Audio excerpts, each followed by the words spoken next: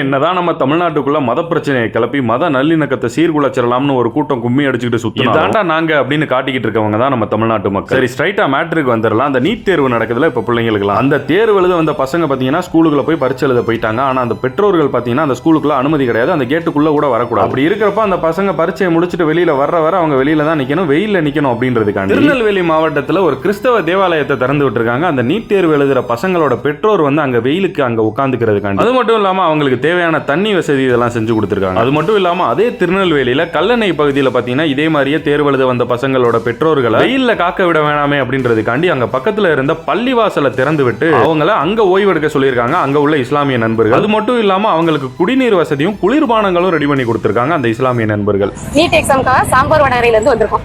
இந்த கலெக்டர் ஸ்கூலுக்கு வந்திருக்கோம். ஸ்கூலுக்கு வந்ததுலேருந்து நிறைய பேர் காலையில் பஸ் ஸ்டாண்டில் வெளியில தான் உட்காந்துருந்தோம், இருக்க இடம் இல்லை. இப்போ மதியானத்துக்கு வர போன வருஷம் போனதுல வந்து தண்ணி கூட எங்களுக்கு கிடைக்கல, வெளியில தான் வெயிலே நின்றுட்டு இருந்தோம் பசங்க எல்லாரும் வச்சுட்டு. ஆனால் இந்த தடவை வந்ததுலேருந்து உள்ள என்ட்ரன்ஸ்ல வந்தோடனே தண்ணி ஃப்ரீயாக கொடுத்தாங்க, தண்ணி கொடுத்தாங்க, டீ கிடைச்சது. நிறைய பேரண்ட் வந்து வெயில் இல்லை, இந்த வெயில் அடிக்க வெயிலுக்கு சர்ச் நல்லா திறந்து விட்டு நிறைய பேரண்ட் வந்து பெற்றோர்கள் இருக்கிறதுக்கு நல்ல வசதி செஞ்சு கொடுத்துருக்காங்க. டீ முதல்ல பாத்ரூம் ரெஸ்ட் ரூம் எல்லா வசதியும் தண்ணி முதல் எல்லா வசதியும் கொடுக்குறாங்க. ஆக ஆக்சுவலா இதுதான் நாங்க எங்களுக்குள்ளேயும் சில கிருமிகள் இருக்காங்க, இந்த மத பிரச்சனையும் ஜாதி பிரச்சனையும் கிளப்பிக்கிட்டு நாய்க்குட்டியில இருக்கிற உண்ணி மாதிரி கூடிய சீக்கிரம் அதை புடுங்கி பொசிக்கிடுவோம் அம்பிட்டுதான்.